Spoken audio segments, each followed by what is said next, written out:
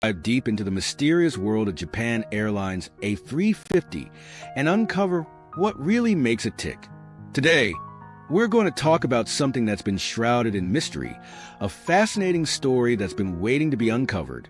It's about Japan Airlines A350, an aircraft that's been flying passengers around the world, but has been under scrutiny for some reason. What's going on? Why are people whispering about this plane? That's exactly what we're going to find out. So, what prompted this investigation? For Japan Airlines, the A350 was supposed to be a game changer, offering unparalleled comfort, efficiency, and reliability. However, soon after its introduction, concerns began to emerge. Pilots reported unusual vibrations during takeoff, while passengers complained about strange noises during flight. At first, Japan Airlines down, but as the incidents piled up, it became clear that something was amiss. As investigators dug deeper, they discovered that the issues went beyond mere teething problems. The plane's advanced automation system, designed to reduce pilot workload, seemed to be malfunctioning. In some cases, it was leading to unexpected altitude changes, putting the safety of passengers and crew at risk. It was clear that something was seriously wrong, and Japan Airlines needed to get to the bottom of it. The investigation team pored over flight data, interviewed pilots and engineers, and conducted rigorous tests. They found that the problem lay not with the plane itself, but with the way it was being programmed. A software glitch, barely perceptible, was causing the automation system to malfunction. It was a tiny mistake, but one that had far-reaching consequences. As the investigation unfolded, it became clear that this was more than just a technical glitch. It was a symptom of a larger problem, one that went to the heart of how we design and test complex systems. The A350 incident raised important questions about the role of artificial intelligence in aviation and whether we're putting too much faith in automation. It was no longer just about Japan Airlines, but about the future of air travel itself. The findings of the investigation were eye-opening, to say the least. They revealed a complex interplay of human error, design flaws, and software bugs. But they also highlighted the importance of rigorous testing, transparent communication, and a willingness to learn from mistakes. For Japan Airlines, it was a hard-won lesson, but one that would ultimately make its operations safer and more efficient. So, what did we learn from this mysterious investigation? We learned that even the most advanced technology can fail, but it's how we respond that matters. We learned that transparency, accountability, and a commitment to safety are essential in the aviation industry.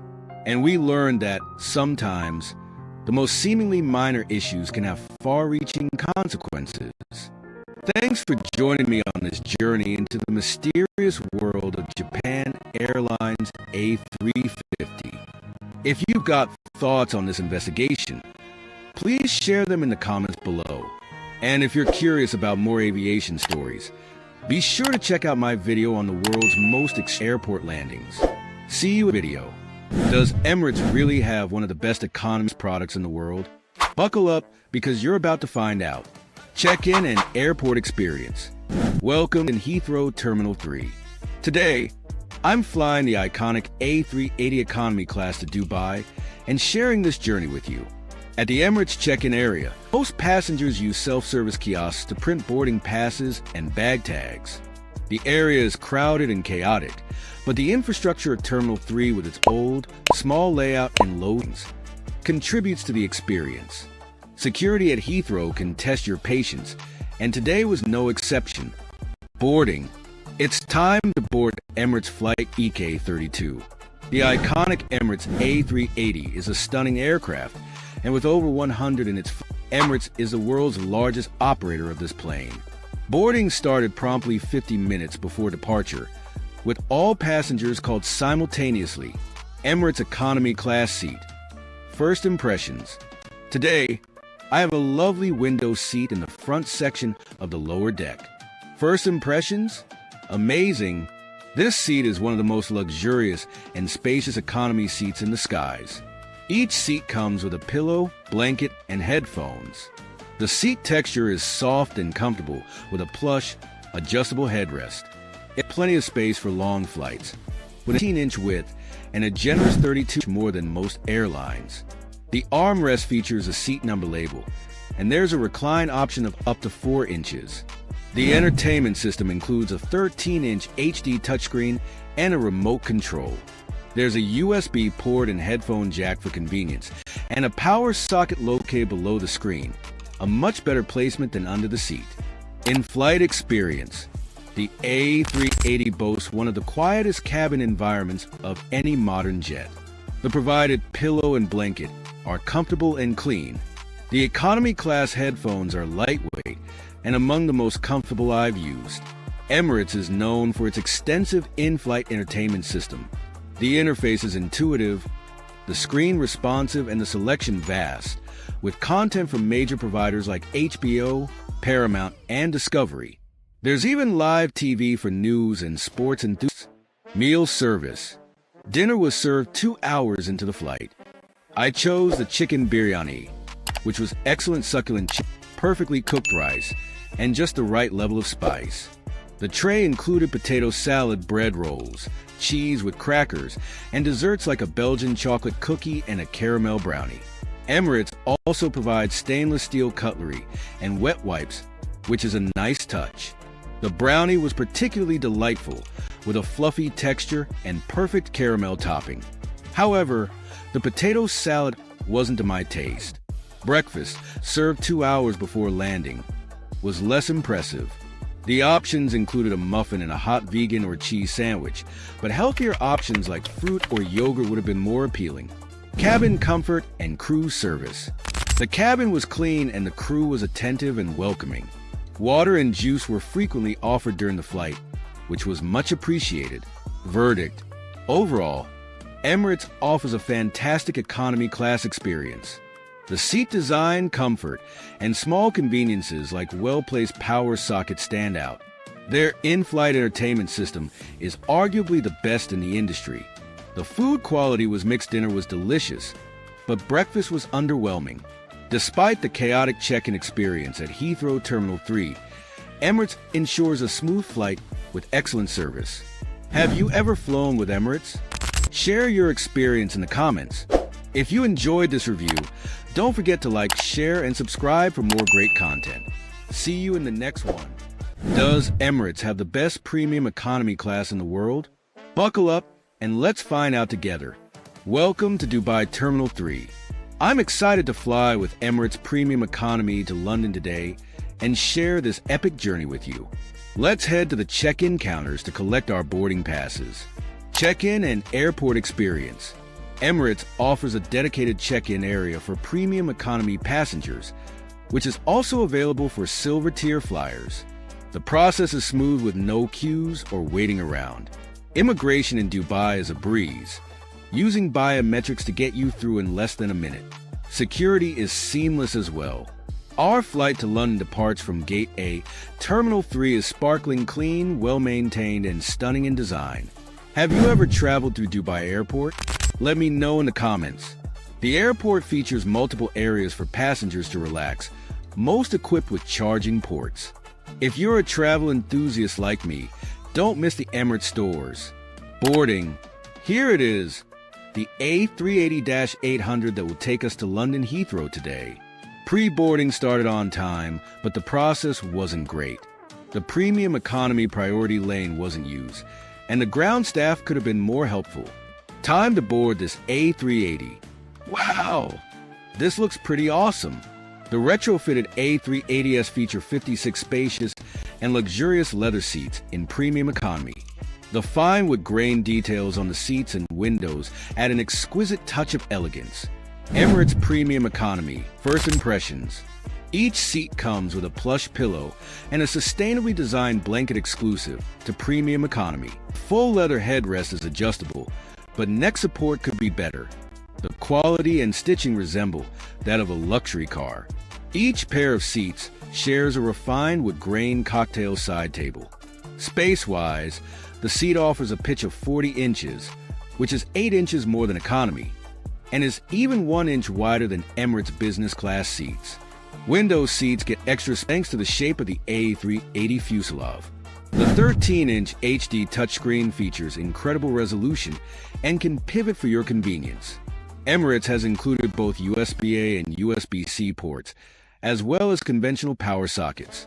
Small details like coat hooks and premium seat pocket designs make a big difference. Before pushback, the crew served a refreshing lime and mint welcome drink, along with hot towels. Top-notch service so far. Taxi and takeoff. The flight to London Heathrow is 7 hours and 30 minutes, plenty of time to enjoy this epic seat and hospitality. The cabin is quiet but completely full, showing the popularity of this product. Dubai to London flight review. The seat features an adjustable leg rest footrest and a stunning wood grain bifold tray table, perfect for dining or working. The service from the crew has been brilliant, super attend warm. Shortly after takeoff, drinks were served with mixed nuts.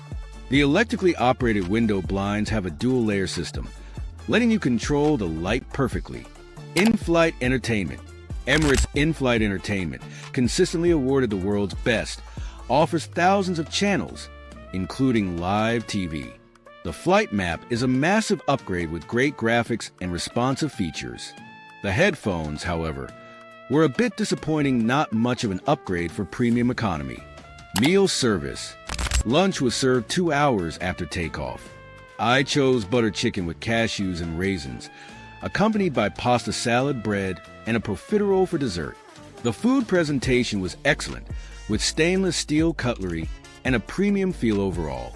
The butter chicken was exquisite, with perfectly cooked rice and flavorful spices. The profiterole was phenomenal, but the pasta salad was a bit bland for my taste. Comfort and amenities. The premium economy pillow is a huge upgrade from economy extra large, plush and supportive. The sustainably made blanket is soft and exclusive to this cabin. The cabin crew's attention to detail and passenger comfort was impressive. Toilets. The A380 toilets were spacious and clean throughout the flight, stocked with high-quality amenities by the White Company. However, Emirates only offers amenity kits on longer flights. Recline. The seat reclines a maximum of 8 inches, twice as much as typical economy seats, making it very comfortable for a long flight. Afternoon tea. Afternoon tea included tea sandwiches, a raisin scone, clotted cream, and premium butter. The scone was perfectly baked, but the sandwiches were average. How expensive is flying Emirates Premium Economy? A return flight to London costs around $1,480, $1,800. Final thoughts. I was very impressed with the experience from start to finish. The airport experience was smooth, the seat luxurious and comfortable, and the service close to what you'd expect in a premium cabin. The food quality was slightly better than economy, though not drastically different. What do you think? Is Emirates Premium Economy worth it? Leave a comment and let me know. If you enjoyed this video, check out more on my channel. See you in the next one. Airports are not only arrival and departure terminals for your wonderful trip, they're heavily managed systems that constantly report, compare, and calculate every minute, every dollar. Besides the clean floors and enthusiastic messages, to callers there's a complex of mysteries. Concealed from the outsider's view, from purposely obscured charges and sequences of fare manipulation to unobtrusive spying methods in the nuts and bolts of airport operation. Airports and airlines have mastered the science of creating the illusion that travelers are fully in the driver's seat, when in fact they are not. So what's happening beyond the boarding gates, and how can you outsmart the system? Let's dive into the lesser-known truths of air travel and uncover the airport secrets they don't. Want us to know it may seem pretty ordinary to purchase a plane ticket. However, airlines are engaged in an elaborate practice of supply and demand. It can also be described as a phenomenon by which ticket prices often vary, sometimes even within a day, depending on conditions, such as the number of available tickets, hours, and the device you're using to search. For instance, airlines know that business travelers are more likely to book flights on weekdays and from desktop computers, so ticket prices might be higher for those users. Meanwhile, weekend searches for mobile devices may yield lower fares, targeting more price-sensitive leisure travelers. Websites also follow your activity through cookies And if you type the flight number repeatedly, the system gets at the price may be raised slightly with the intention of making you choose the service urgently, since the price may be raised even higher. Avoiding such a trick can be done by closing the cookies of the browser or by using incognito mode. Another such trick is geo-targeted pricing. For instance, if you're searching from North America or Europe, you will view shortly higher ticket prices than if you search from a country in Asia or Africa. Smart travelers use VPNs to mask their location and look for the best fares, and the mechanism to do so has been explained above. Timing is another critical factor. Airline data reveals that prices often drop on Tuesday afternoons as airlines adjust their inventory after the weekend rush. However, the ideal time to book can vary depending on the destination, and season booking too early or too late can cost you. The sweet spot is often around the days before departure for domestic flights and a bit longer for international trips. Standing these pricing strategies can save you hundreds of dollars in the airline business. Overbooking is common knowledge, and perhaps one of the most contentious issues. Carriers offer more tickets than the number of seats available on an aircraft because it is expected that a percentage of the buyers will not use their seats, either canceling their purchase or simply not showing up. The strategy enables the airline companies to reap high revenues and guarantee that every flight they make is fully booked. But when there are more people than initially deemed to be on the bus, disruption is noted.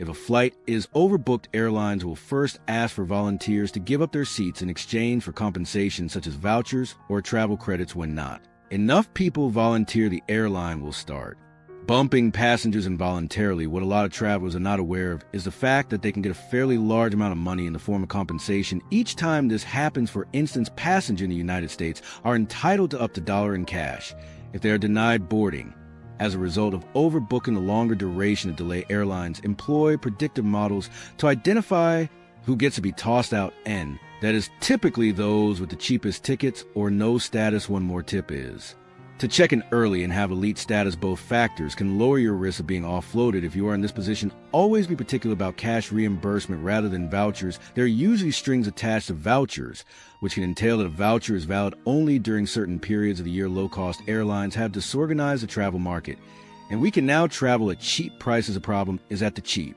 price comes with one or two strings attached to these carriers. Deconstruct services that used to be encompassed in the ticket cost, and users are charged separately for carrying bags and selecting their seats, right up to having their boarding pass printed. Nevertheless, while ticketing options such as a dollar flight may at first appear inexpensive, charges for checked baggage, adequate space to stretch your legs, and a sandwich add up the price of an average flight. Ticket baggage fees are a major revenue stream for low-cost airlines, while traditional airlines often include a free carry-on and checked bag budget. Carriers charge for both, and the fees increase if you pay at the airport instead of online.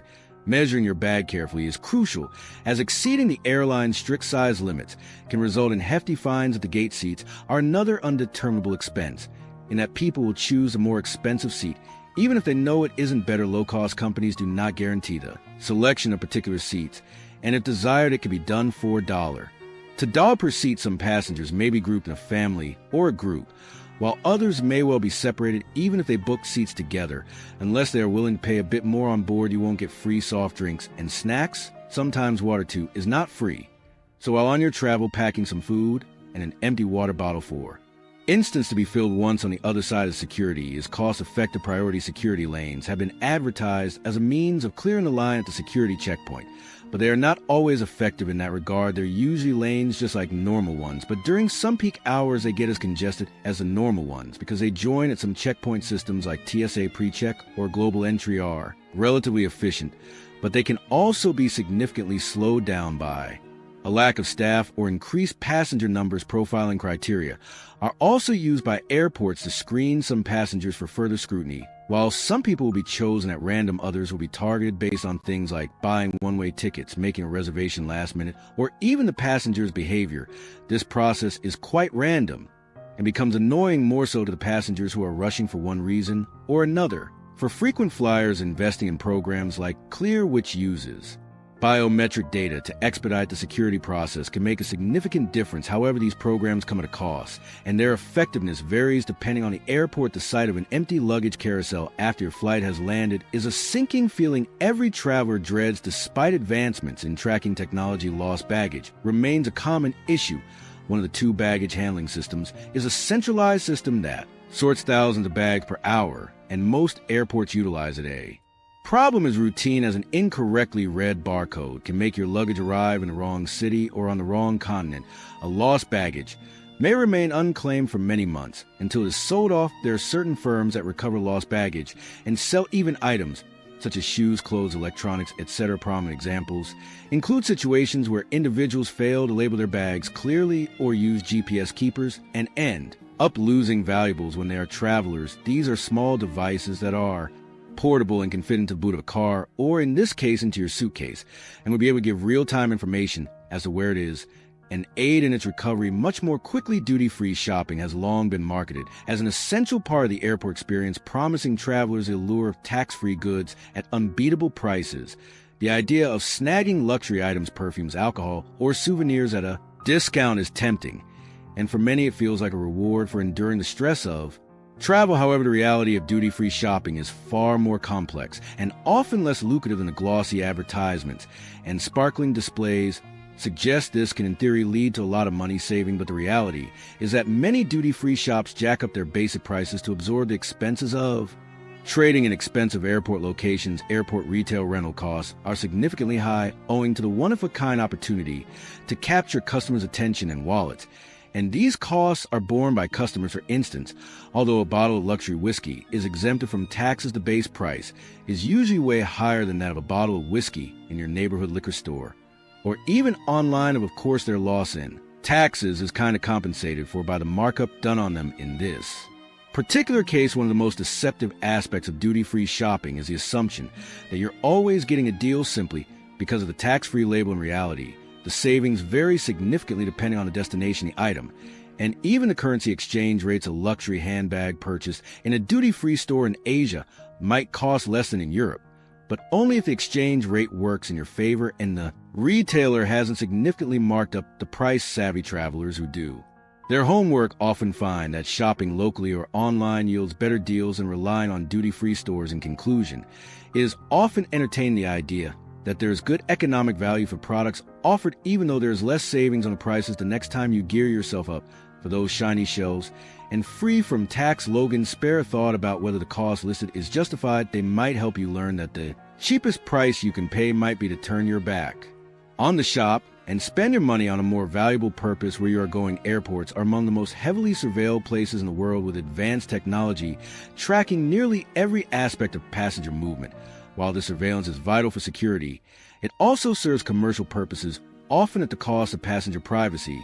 From facial recognition cameras to Wi-Fi data mining, airports are collecting more information than most travelers realize. Cameras with facial recognition features cover the passengers from the time they get to the terminal. These systems use together with unique identifiers while boarding replace traditional documents, but they pose a threat to privacy. Biometric data is stored in databases and can also be transferred in numerous agencies without precise permission. Airports use Bluetooth beacons and sensors to monitor foot traffic. Smartphones emit signals that reveal how long passengers spend in security line, shops, and waiting areas. This data helps airports optimize layouts, but is also sold to retailers who use it for targeted advertising. Another source of data mining includes access to public Wi-Fi networks. In airports, most networks make the user accept terms that enable the networks to obtain browsing history, email addresses, and location data. It is typically disclosed advertisers or used as part of loyalty programs to create a profile of a consumer.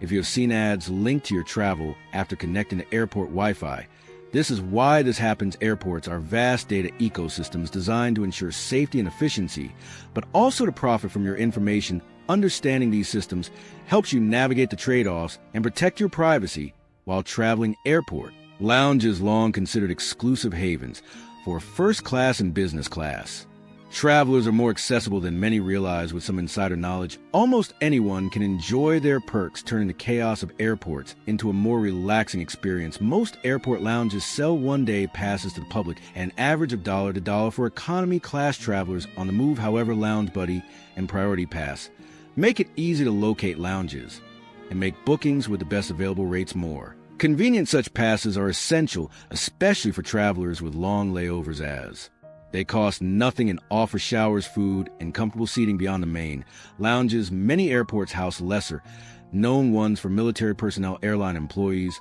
or membership clubs during off hours. Some of these lounges may allow paid access to regular passengers researching online or asking airport staff to reveal these hidden gems rather than having lounge access based on flyer tier.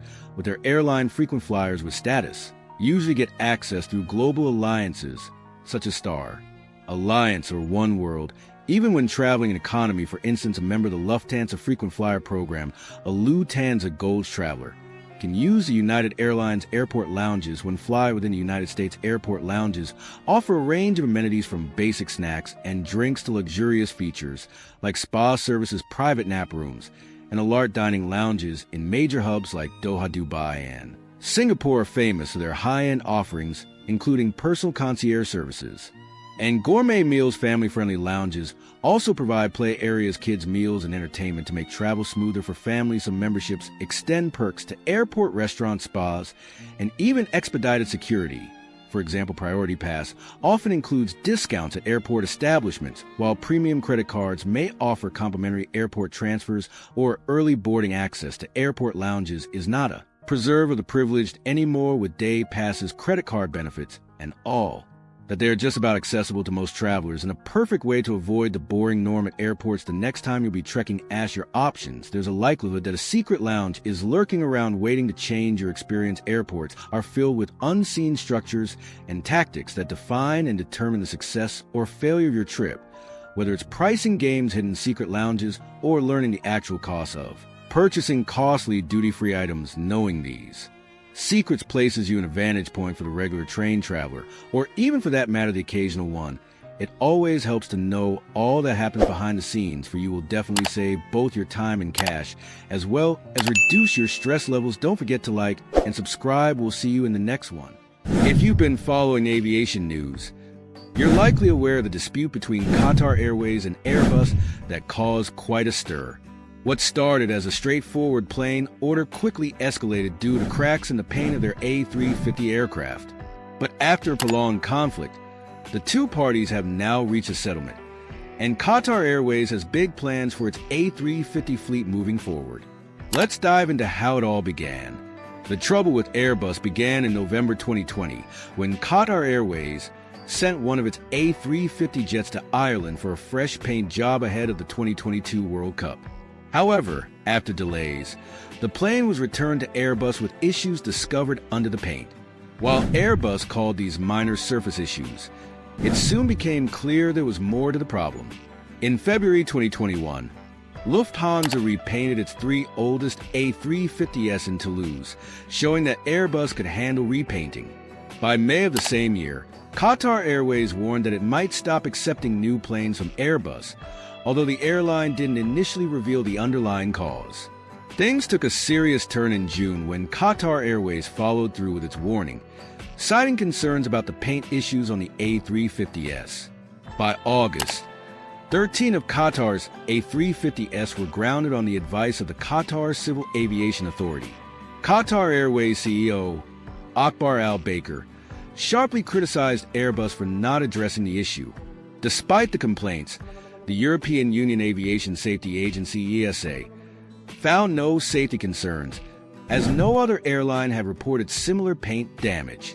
As a result, Qatar Airways had to bring back half of its Airbus A380 fleet to make up for the grounded A350s, even though they had previously called the A380 purchase a mistake.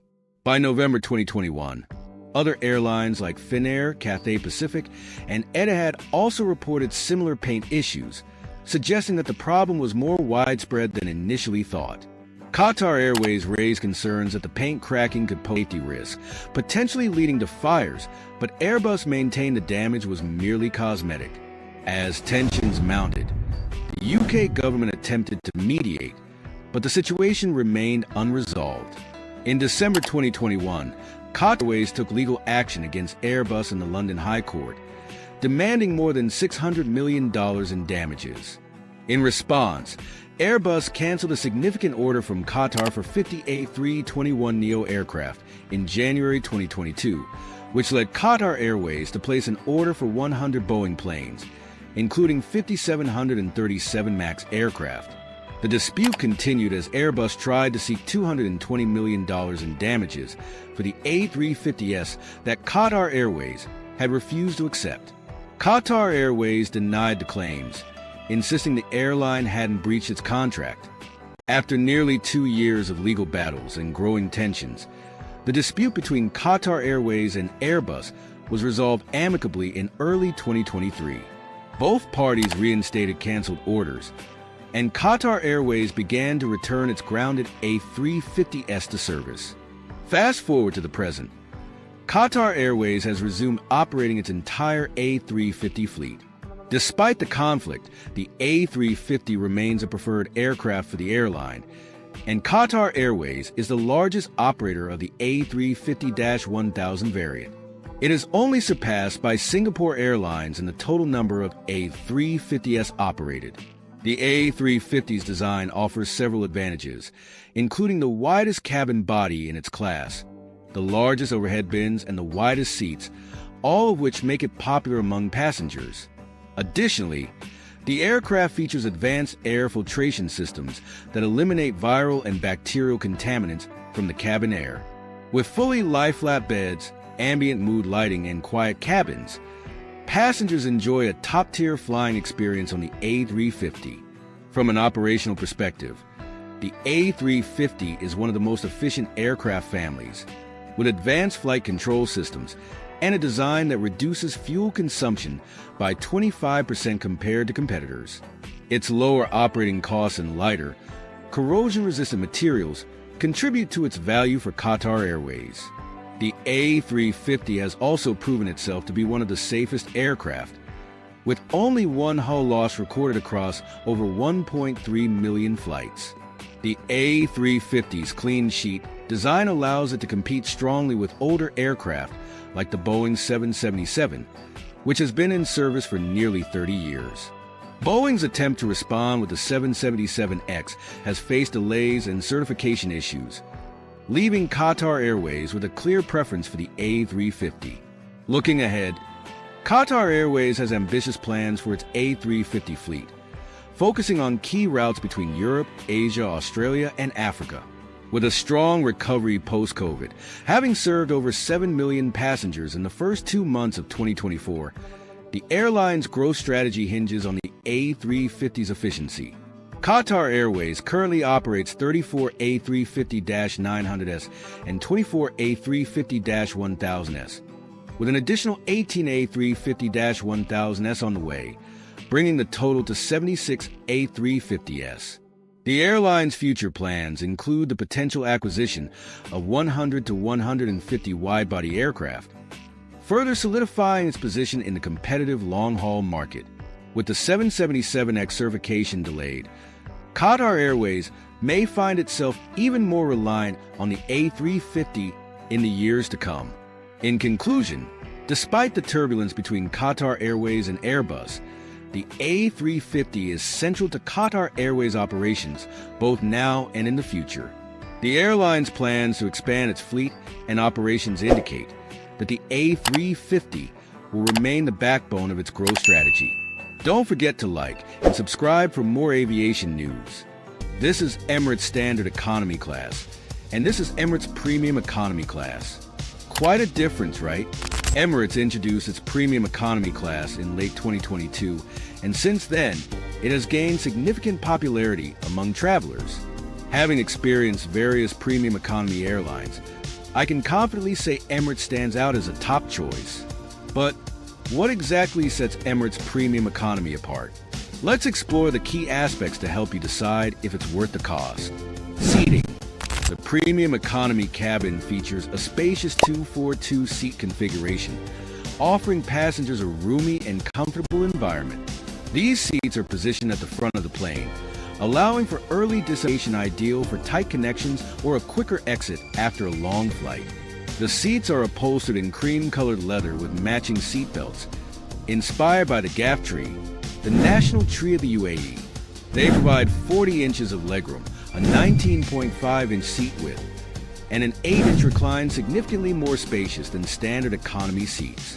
Additionally, Each seat comes with a 6-way adjustable headrest and a padded calf rest, ensuring enhanced comfort for long journeys. While personal storage space is somewhat limited, small cubbies and pockets are thoughtfully placed. Overhead bins accommodate larger items.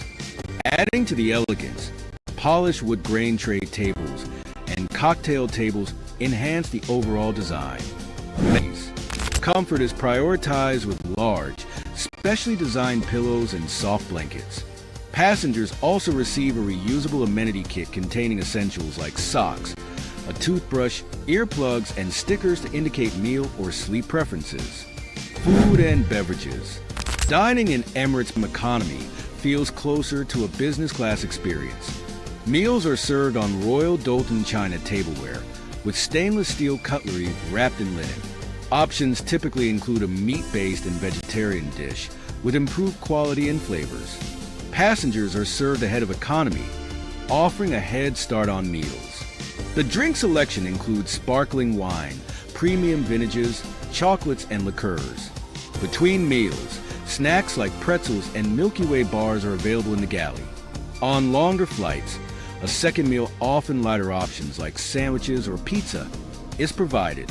Special dietary meals can be pre-ordered online. In-flight entertainment. Each seat features a 13.3-inch HD touchscreen with Emirates award-winning ICE entertainment system, offering over 4,500 channels of movies, TV shows, music, and games. Tail-mounted cameras and a 3D airshow provide a unique perspective of the journey. USB-A, USB-C ports, and improved Wi-Fi on newer aircraft ensure you stay connected and powered up during the flight. Service. The attentive service is on par with business class, with cabin crew addressing passengers by name and anticipating needs. Bathrooms, while shared with economy, are more spacious and feature high-end amenities. Price and value. Premium economy typically costs about twice as much as economy tickets, but are significantly less expensive than business class. For example, a round trip from Sydney to Dubai in premium economy ranges from $2,200 to $3,000, compared to $1,100 to $1,500 for economy. Prices vary by route, travel dates, and demand, but loyalty points or miles can help offset costs. Is it worth it? If you're seeking a more comfortable journey without the high cost of business class, Emirates Premium Economy offers a balanced upgrade. It delivers real value with enhanced comfort, dining, and amenities, making long-haul flights more enjoyable. While it doesn't replace business class, it's an excellent option for travelers prioritizing comfort on a budget. If it fits within your budget, consider Emirates Premium Economy for your next adventure. Might be the upgrade you've been looking for. Don't forget to like and subscribe if you enjoyed this video. See you in the next one, and safe travels. Boeing recently announced during an earnings conference that Lufthansa will be the first airline to operate the highly anticipated Boeing 777-9, the first passenger variant of the 777X program. This confirmation puts an end to speculation about the aircraft's initial delivery and the identity of its global launch customer. During the earnings call with investors and analysts, Boeing CEO Robert Kelly-Ortberg reaffirmed that the company remains on track to make its first delivery in 2026 despite recent setbacks. He stated, "So, actually, the first 777X delivery is to Lufthansa, which is where I just mentioned we have had and continue to have seat challenges. The good news is that we understand these challenges and are actively addressing them for Lufthansa's deliveries." The seat challenges referenced by Ortberg pertain to ongoing issues with cabin seating, particularly Lufthansa's new Allegris business class product on the 787 Dreamliner, which is yet to receive FAA certification. Ortberg acknowledged that the 777X features a more complex cabin interior, which is integrated into Boeing's broader certification program for the aircraft. However, he expressed confidence that the company will resolve the seating certification issues in time for initial deliveries. Lufthansa CEO Jens Ritter recently stated that while the original delivery target was early 2025, it has been revised to a more realistic timeframe of summer 2026. This adjustment reflects the broader delays affecting the 770X program.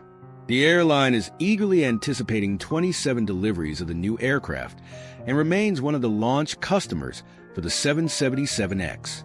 Over the years, several airlines have expressed interest in being the first to receive the Boeing 777X. In 2022, then CEO of Qatar Airways, Akbar Al-Baker, declared at the Farnborough Air Show that his airline would be the global launch customer. However, continued delays have since changed the situation. 777X flight tests recently resumed after a 5-month pause due to a thrust link failure. The issue was first detected during a routine maintenance check and was later found on 2 additional test aircraft. Testing had been suspended since September 2024 due to the problem, raising concerns about the aircraft certification timeline. Orberg reassured investors that Boeing is actively working to resolve the thrust connection issues identified in the test planes. As previously reported, Boeing has announced that it is restarting certification flights. What are your thoughts on Lufthansa becoming the global launch customer for the 777X? Let us know in the comments. And don't forget to like, share, and subscribe to the channel. Ever wonder how some passengers manage to fly business or first class without paying thousands of dollars? It's not just luck. There are hidden strategies that can significantly increase your chances of a flight upgrade. From timing your check-in just right to leveraging loyalty programs. Today we're uncovering 10 secret hacks for a flight upgrade that can turn your next economy ticket into a luxurious experience without breaking the bank. Before we dive in, make sure to subscribe for more insider travel tips and hacks to make your journey smoother and more comfortable. Number 1, dress the part. First impressions matter, especially at the airport. Airlines are more likely to upgrade passengers who look like they belong in business or first class. If you show up in sweatpants and flip-flops, your chances of getting a free upgrade are next to zero. But if you wear business casual or smart attire, flight attendants and gate agents are more likely to consider you for an upgrade if there's an available seat. Dressing well doesn't mean you have to wear a full suit, but consider wearing a collared shirt, dress pants, or stylish shoes. Avoid wearing graphic t-shirts, ripped jeans, or overly casual clothing. These might make it seem like you're an unfit candidate for an upgrade. Some airlines even have dress codes for their premium cabins, so dressing appropriately ensures you won't be denied a last-minute upgrade. Another trick: if you have a carry-on that looks high-end, it can further reinforce the image of a premium traveler. While appearance alone won't guarantee an upgrade, it definitely helps if a decision comes down to 2 equally eligible passengers. Number 2, check in at the right time. Your timing at check-in can determine whether you get an upgrade or not. The best time to check in is either ASAP or very last minute.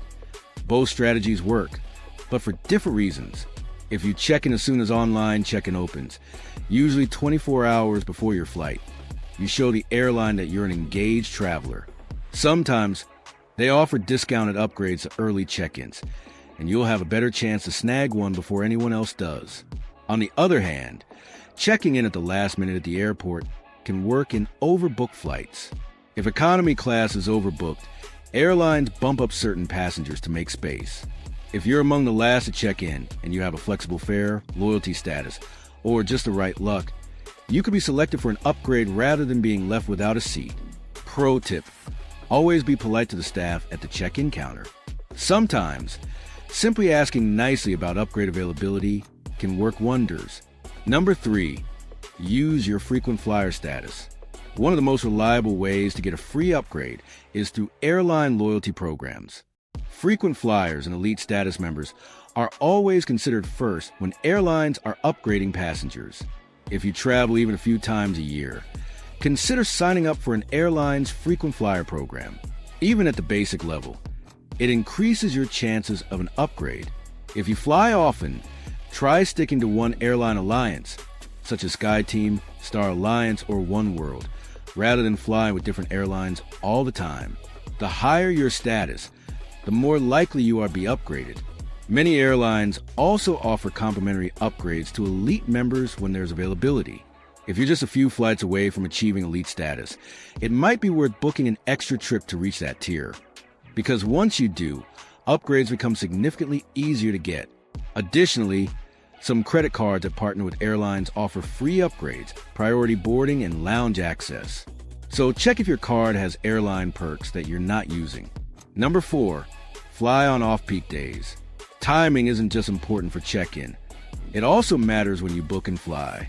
If you want a better chance of getting an upgrade, avoid peak travel days like Fridays, Sundays, and Mondays when business travelers fill up premium seats. Instead, aim to fly on Tuesdays, Wednesdays, or Saturdays when fewer business travelers are flying. Airlines are less likely to sell out business and first-class seats on these days, which means more open seats available for potential upgrades. Another great tip: take the earliest flight of the day or a red-eye flight. Morning flights and overnight flights tend to be less full, making it easier to get an upgrade. Number 5, be flexible with your seat selection. Believe it or not, where you choose to sit in economy can impact your chances of an upgrade. If you book a middle seat at the back of the plane, you might have a higher chance of being moved to a better seat if the airline needs to rearrange passengers. Avoid selecting exit row seats or bulkhead seats because airlines often charge extra for these, making them less likely to be upgraded. If an upgrade happens, it's usually for passengers who are sitting in less desirable seats. Also, if you're traveling solo, your chances increase significantly. Upgrading a single passenger is easier than upgrading a family or group. Number 6, volunteer to be bumped from an overbooked flight. One of the best-kept secrets to getting a free upgrade is volunteering to give up your seat on an overbooked flight. Airlines often oversell economy tickets, assuming that some passengers won't show up, but when everyone does, they need to bump certain passengers.